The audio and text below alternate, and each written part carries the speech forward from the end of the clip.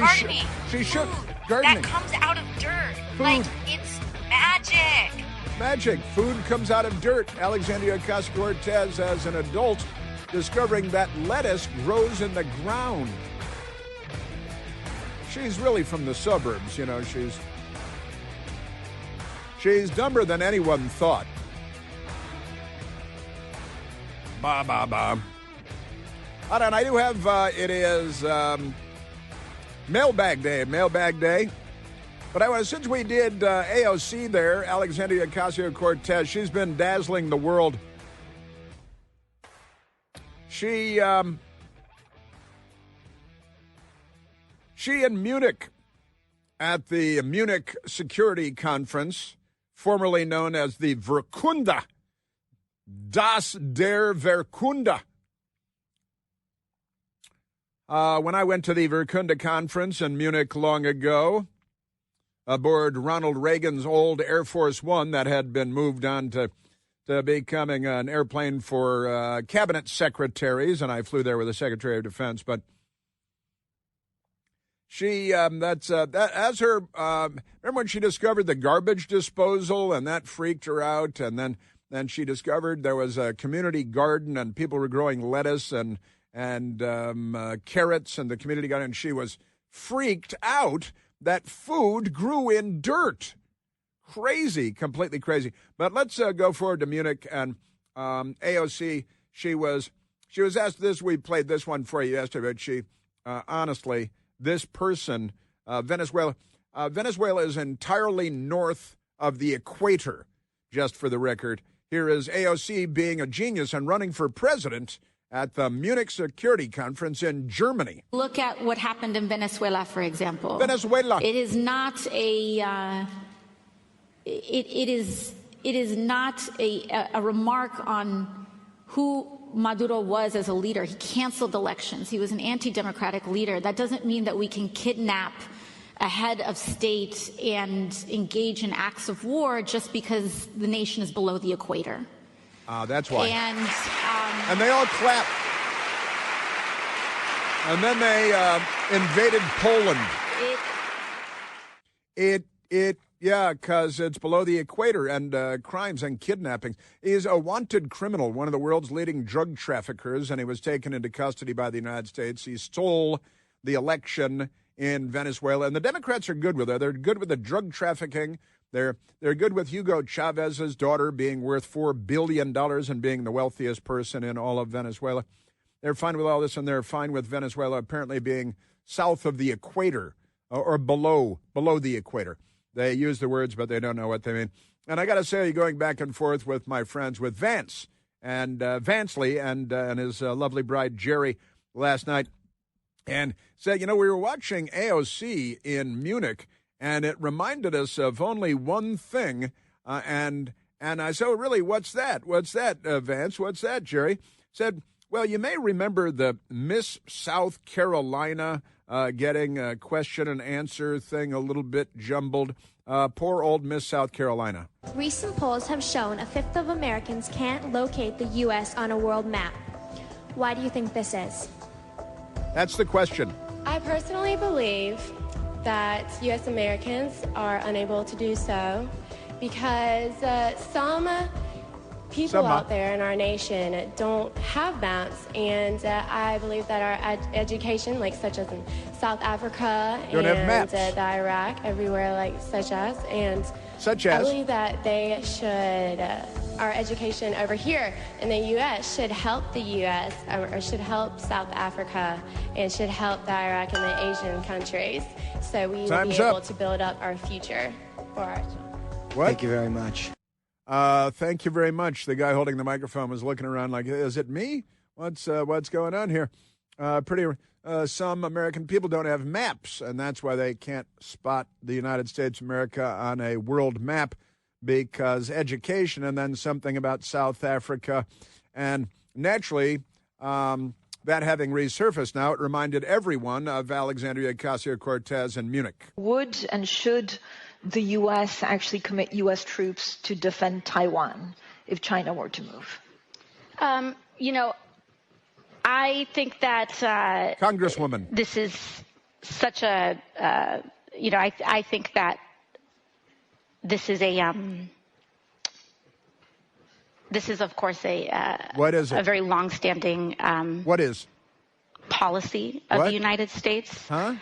And I think what we are hoping for is that we want to make sure that we never get to that point, and we want to make sure that we are moving in all of our economic research and our global positions to avoid any such confrontation and for that question to even arise. And for that, all right, Miss South Carolina, that's maybe her code name should be Miss South Carolina from now on. Alexandria Ocasio-Cortez of South Carolina. Man, oh man, that is a good one. She is really something. She's a Democrat in good standing in the House of Representatives in the United States of America. The media think that she's a star. They want to get in the hot tub with her, and a lot of people want to get in the hot tub with her. I'm guessing it's probably not completely out of the... And J.D. Vance, the Vice President of the United States, was asked about, and future President of the United States, his security details got to stay sharp, though, because the Democrats. But J.D. Vance was asked about AOC in Munich, and she had some pretty crazy answers, didn't she, Mr. Vice President? Does anybody really believe that AOC has very thoughtful ideas about the global world order or about what the United States should do with our policy in Asia or our policy in Europe? No, this is a person who is mouthing the slogans that somebody else gave her. And that's generous, but I think she spent her entire life mouthing the slogans, and J.D. Vance is the vice president. Look, that was embarrassing. If I had given that answer, I would say, you know what, maybe I ought to go read a book about China and Taiwan before I go out on the world stage again. I hope that Congresswoman Cortez has the same humility. I'm skeptical. I'm skeptical. You have every reason to be skeptical. Humility is not a Democrat Party trait. It's not a Democrat Party quality. The Iraq, everywhere such as, and... The Iraq, everywhere such as. This is, of course, a very long-standing. What is it? This is, of course, a very long-standing policy. Slap the side of your head with the heel of your hand, and maybe it'll come to you. Aren't they? Aren't they wonderful? The Democrat Party. All right. Pretty amazing stuff. Isn't that great? Miss South Carolina. Yes, sir. And Democrat Congresswoman Alexandria Ocasio-Cortez. There it is. Now, it is Mailbag Day. I mentioned that it's Mailbag Day, and let me get to mailbag questions, which might be considered queries, but I think today they're all questions. I think today they're questions. I don't think there's a query among them. Hang on. First question, today's mailbag. Hey, Chris. It's from Barry. Hey, Chris, who's the most famous person you've ever had a beer with?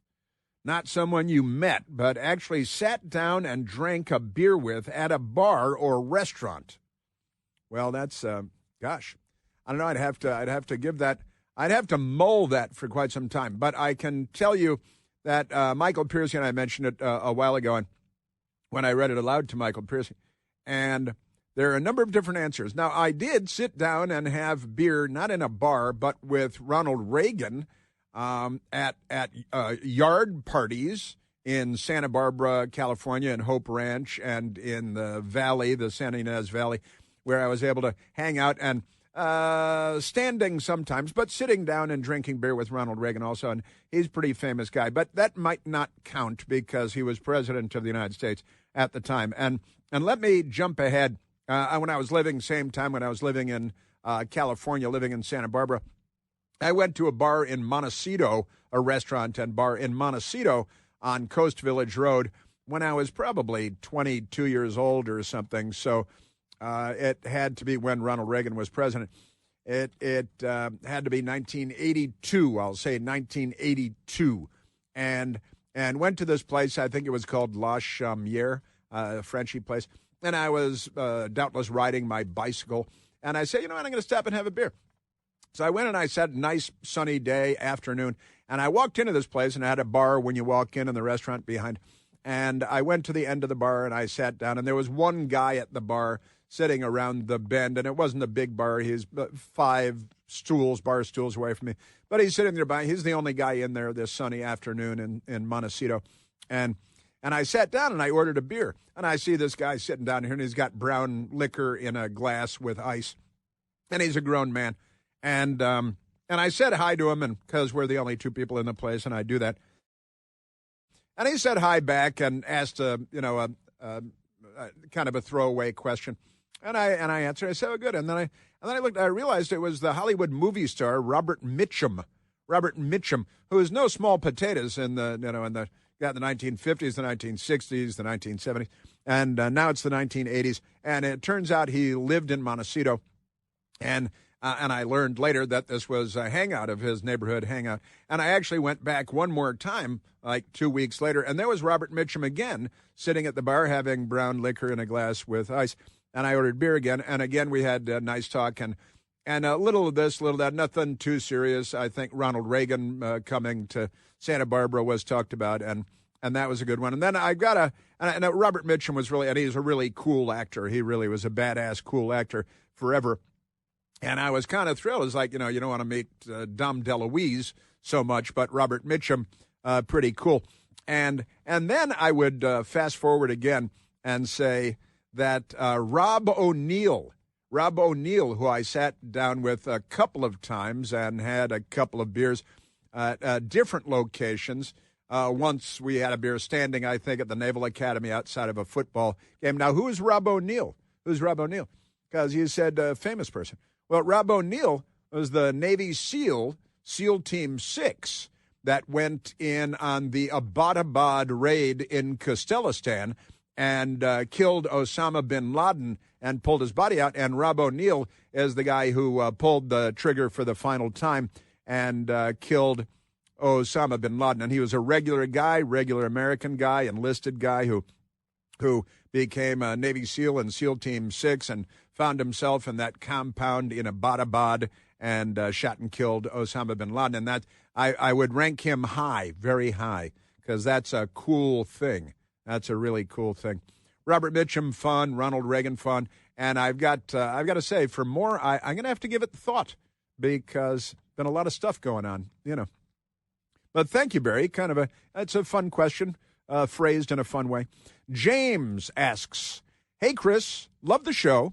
Surprised it took me so long to find you on WLS, Chicago, Illinois.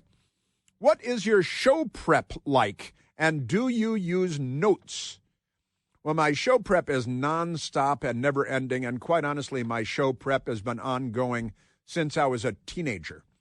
And I've been collecting and accumulating information and trying not to forget everything, and following the news of the day and the actors, the not the Hollywood actors, but the political actors and law enforcement and military. And I've been preparing, honestly, since I was a teenager when I started specializing in war and mayhem and nuclear weapons and all of that. And I prepare when I leave here. I start preparing immediately, basically, and I consume news on the television, on my iPad, all day and all night, every day, weekends included. I'm constantly accumulating news and data and information and learning and investigating and saying, well, that doesn't sound quite right. And I research it. I spend a lot of time on my iPad with the keyboard, because I can move around the apartment with it and all that stuff. And do I use notes? I tell you, Michael and I prepare a stories sheet.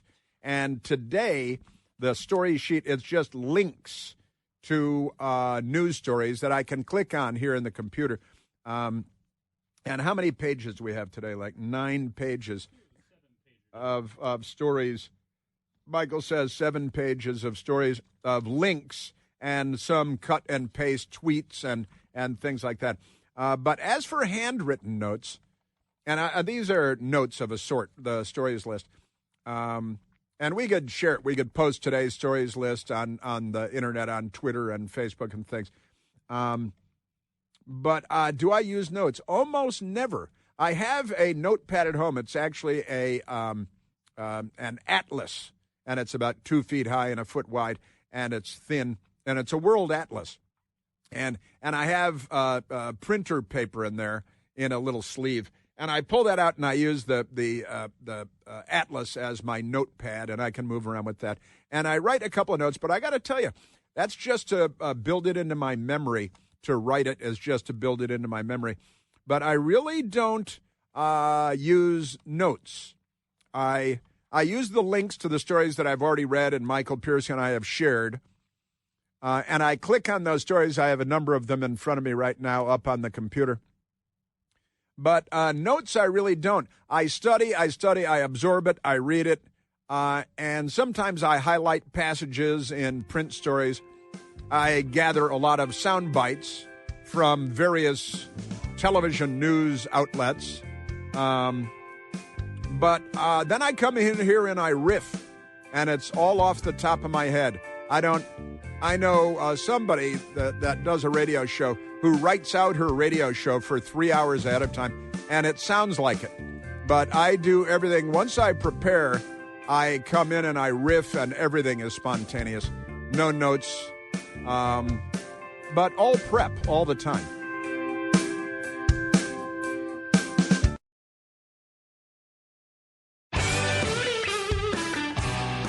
Let me go on. I see there are great people on the board here having called in that I want to get to. And we have more Democrat idiocy because, Oh, yeah, and Stephen Colbert. He's a victim now, a $14 million a year victim.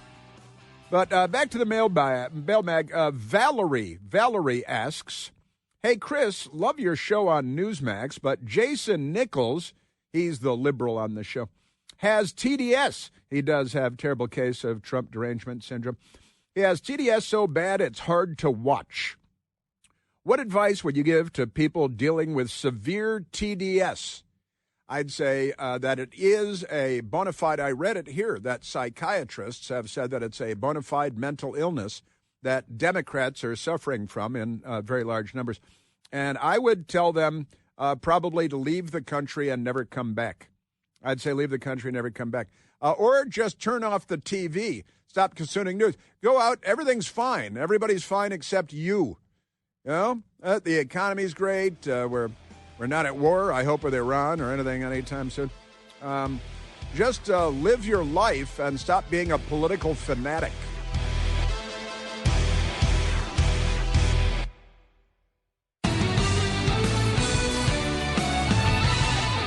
All right, we have returned. I got to tell you, I'm a little embarrassed. My best girl texted me, listening to the big radio broadcast, said, famous people you've had a beer with, just hit a bar. And it's funny because we were talking about it over the weekend, I think, with some other people. John Riggins of the Washington Redskins, used to come to a bar in our neighborhood, a sports bar in our neighborhood. On Sundays, he did a Sunday radio show nearby, and then he would go to this sports bar. It was called 2D, 2nd District, named after the police district there. And I just went in there by happenstance one day. And again, it was a Sunday afternoon, and I came in and sat down, and I was by myself. And the only other person sitting at the bar was not Robert Mitchum, but it was John Riggins. And I was by myself, and I grabbed a beer, and he was by himself, and there was basically nobody else in the place. The first time I saw him there. And I said, John Riggins. And he said, yeah. And we started talking, and we just BS'd for a while and had several beers together, just hanging out and stuff. And I said, what are you doing? I do a radio show on Sundays. And then this is the closest bar, so I come over here. Okay, that's fun. And we hung out, and then I went on with life and went home to my best girl, or we went someplace else. And then the next Sunday, I went back there to the same sports bar in the neighborhood. And at the same time of day, Riggins was back there by himself, sitting at the bar. Remember when he was playing for the Redskins, he was asked at a press conference once, said, John, do you have a drinking problem? Do you remember this? He was asked, do you have a drinking problem? And without missing a beat, he said, only when I hang upside down by my knees. Only when I hang up, that's a drinking problem. Only when I hang upside down by my knees. So that's good. Yeah, and John Riggins in the bar in Washington, D.C., more than, I think, 3 times. And it was a lot of fun. I met his sister once, too, at a great patriotic event, and she couldn't be more wonderful. John Riggins' sister, just wonderful. But that's good. And also it occurred to me, but this is a little different. It's not just showing up in a bar. But my best girl and I, we became great friends with a famous and great author and screenwriter, William Peter Blatty, who wrote The Exorcist and the book and then the movie The Exorcist. And we became great friends, and he passed on to his reward a while back. But we became great friends. Bill Blatty. He just went by Bill. William Peter Blatty, and Bill Blatty and I became great friends. And he and his wonderful bride and even his kids came along on sea cruises, multiple sea cruises, the Chris Plant sea cruises. Wonderful stuff. And so hanging out with William Peter Blatty, author of The Exorcist, and he won the Oscar for the screenplay of The Exorcist. And at his house, he got a bar in the house with the Oscar on it for the Exorcist. That's pretty good stuff. And because William Peter Blatty, Bill Blatty, a great friend of Supreme Court Justice Antonin Scalia, and over at Bill and Julie Blatty's house, hanging out with Antonin Scalia, the Supreme Court Justice, and having beers with him, and that was kind of great. And Antonin Scalia, who was a great fan of the opera, and would attend the opera everywhere, and a wonderful opera fan. And while enjoying cocktails together, Antonin Scalia got down on one knee, and spread his arms out like he's singing Mammy, and he sang to my best girl. He didn't sing to me because he was a normal man, but he sang to my best girl while we were having cocktails. I was having beer, and Antonin Scalia got down on one knee and sang. And so did he sing a great operatic song? No, he sang the song that he learned as a kid at camp. He sang his camp song down on one knee to my best girl while we were having cocktails, and that was good stuff, great stuff. So and again, I said I have to think about it, and then my best girl texted me, "What about Riggins, you big dope?" So good stuff, and there are more, no doubt, but it goes on. And back to the mailbag, because Valerie asked, "Hey, Chris, love your show on Newsmax, but Jason Nichols, the liberal on the show, University of Maryland professor, has Trump derangement syndrome so bad it's hard to watch." You know, Valerie, not the first time I've heard that. I've heard a lot of people who turn the channel when Jason Nichols starts talking, because a lot of hooey going on. And you have to fact check everything that he says, because it's always some kind of Weasley Democrat Party talking point and all that. What advice would you give people dealing with severe TDS? I'd say seek help. You're on the wrong blend of medications. Maybe you should leave the country. It might be best for everyone.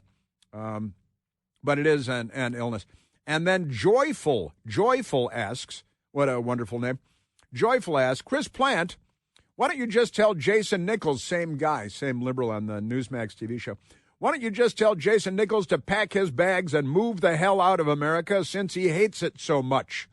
Well, see, here's the thing, Joyful. They're not happy unless they're not happy. All the libs, they demand unhappiness from everyone. And if they move to another country, and let's just say to Cambodia, where they could love the genocide, and they could accuse everybody of genocide and call everybody racist and stuff, but they move to Cambodia, they might be happy. And because, Joyful, they're not happy unless they're not happy, they don't want to move someplace where they'd be happy. Like Rosie O'Donnell moved to Ireland, and then she sneaked back into the country because of some bastard child issue or something like that, and sneaked like it's like, you know, she's Hogan's Heroes, and she's sneaking into town to pull off just ridiculous. But they insist on unhappiness. And here's the thing, Joyful. They don't want to be happy. They want the rest of us to be unhappy with them, because misery loves company, and they're not happy unless they're not happy. They don't want to be happy. It's not a goal for them to be happy. It's a goal of theirs to make us unhappy, see? Because then they'd be happy if everyone else were unhappy too. That's what makes them happy, Joyful, is other people's misery. I'm telling you. And then finally, Bamo asks, Can you smell the Potomac River sewage spill from your house? Is state of Maryland at fault? Good thing Trump is taking action to clean it up. And it's true, the Democrats, it's Maryland. And he was out there, Maryland, governor of Maryland, who is a fraud and a charlatan and an embarrassment. But he's out there blaming Trump. He actually came out and blamed Trump. The federal government took this. No, it's in Maryland. It's your spill. It's going to the Potomac River, which is, Maryland is on one side of it and the District of Columbia on one side, Virginia on the other side of it, and this part of the river. And the biggest toxic waste spill of human feces in the history of the United States of America. And the fraud who the Democrats want to make president because he's black, and that's all there is to it. They want to make him president. And it's Maryland's fault, and it's D.C.'s fault. It's Maryland's fault, and it's D.C.'s fault. And Virginia, everything is on the other side of the river. All the spill is from the other side. It's across from Virginia. But the Democrats, they lie about everything, and they just have to be unhappy about everything, too. Pretty amazing stuff. And again, the dimwit governor, he wants to blame Trump. Because Trump derangement syndrome, they're all mentally ill. And by the way, my great friend Connie Hare sent me all her time on Capitol Hill, sent me a great story today. Nova Campaigns, Northern Virginia Campaigns on Twitter. And they've got a picture of a woman here in pink, because on Wednesdays they wear pink. They're mean girls, right? But it's a female person, presumably. The chair of the D.C. Water Board is not an engineer or a city planner. She goes by Dr. Unique N. Morris Hughes. Doctor, not a doctor. Unique, not unique. N. Period. Morris hyphen Hughes. So you know you got a lefty on your hands right here. She's a DEI bureaucrat. She's runs a non-profit, which makes everybody a lot of profit, a non-profit educator, a grant dispenser of taxpayer money, and former assistant head of a boys' charter school. And isn't that amazing? Yeah, and it's true. If you look at the maps, my friend Danny is sending me a thing. Maryland owns the whole river. He said, and it's true. If you look at the map, go to Google Earth or something, look at the map. And Virginia owns about 2 feet of water off the water's edge, and really the whole river belongs to Maryland. And this water purification, processing plant is all in Maryland. And when you're a Democrat, you just lie. You just lie about it. There's also a movement to reincorporate, part of the District of Columbia used to cross the river long ago and be in Virginia. And then we decided in D.C. Decades ago to give ages ago, that Virginia side of D.C. over to Virginia. And so now we have a funny-shaped District of Columbia. It's better when it's a square. And there is a movement now to give the old part of Virginia that used to be the district, to give it back to the district. Take it from Virginia, give it back to the district, because that is a hot pocket. It's not a snack food of liberalism. Alexandria, Virginia, and Arlington, Virginia. And that's how the Democrats steal the governor's race and the Senate races, with this pocket of Democrats just across the river from Washington, D.C. And a new movement to give D.C. back, give them back the piece of Virginia that was handed over. And then it'll cut the liberal voting population in half and could make Virginia a Republican state again. The Democrats miss the Confederate days. The Confederacy, the capital of the Confederacy was Richmond, Virginia, and now the Democrats' capital in Virginia is Richmond, Virginia, and they're not on our side. Yeah, but this funny thing on the D.C. water lady, who's not a doctor, whose first name is Unique, followed by the initial N period, Morris hyphen Hughes. Shouldn't it be Junior or PhD ED or something like that? Isn't it great? But this woman, Unique, she's in charge of the water for D.C., and that's not going very well. Not going well at all. But the question from Bamo, can you smell the Potomac River sewage from your house? The answer is no. The answer is no. I am maybe not 2 miles up from the river, but more than 1 mile up from the river. And it's where this poop is being poured into the river by the Democrats. That's up in Maryland, which from where I am in D.C., where I live in D.C., where my best girl and I live in D.C., it's pretty far away from us. It's probably 3 miles or something away from us. And the river, I've been down by the river, and I didn't smell any Democrats. But that's that's an ongoing thing. Yes, it is. All right. So I've got that. I've answered everything. I've answered everything. And I apologize for it's kind of a clumsy handling today of the mailbag, and I apologize for that. Let's go to Stephen Colbert. Stephen Colbert on CBS.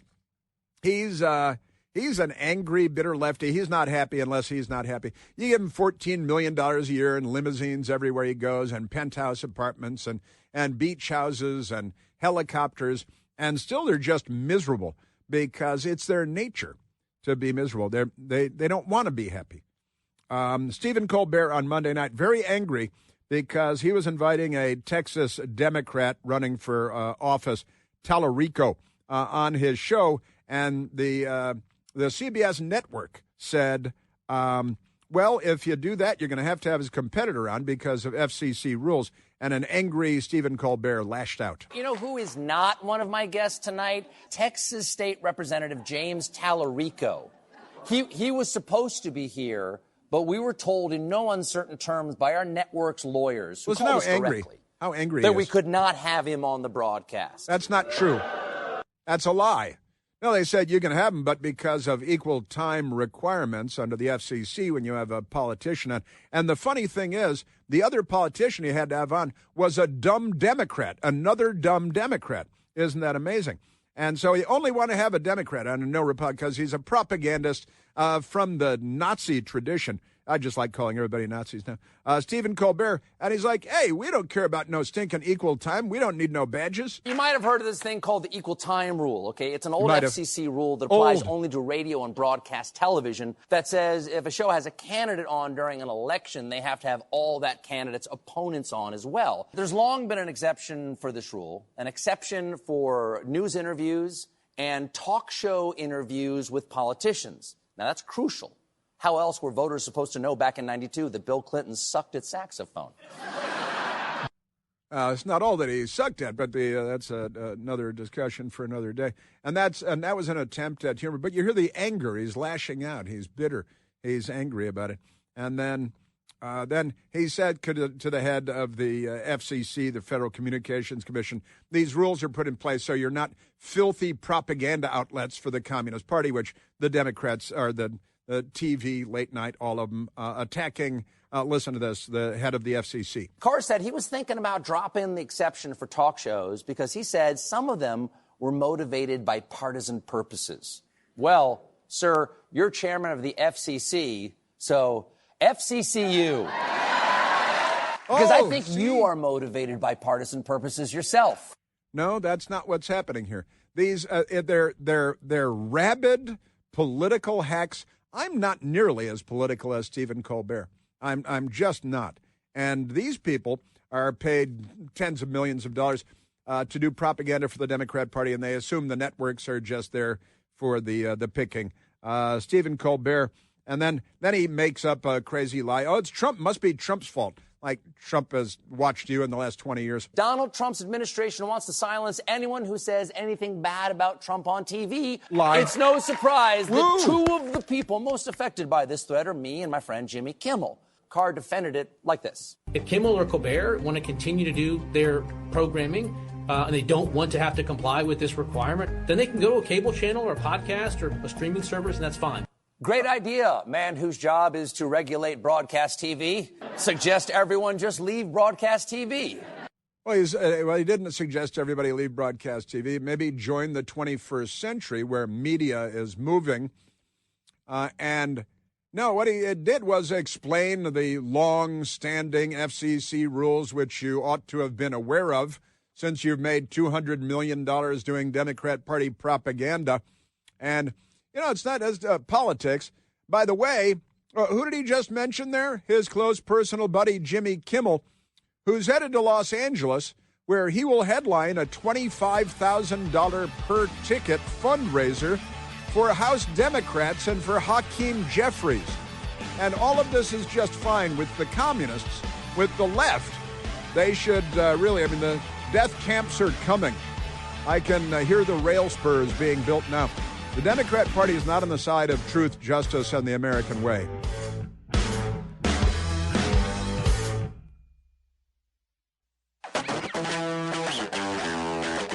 Now, Jasmine Crockett is actually running against Stephen Colbert's personal pet. And Jasmine Crockett, who is very severely mentally ill and a racist and a Democrat, she had a press conference about, and it's because she's supposed to be the other person on CBS. And then who did Colbert have on last night? Caitlin Collins from CNN. See, in order to have equal time, should have Greg Gutfeld on, should be required.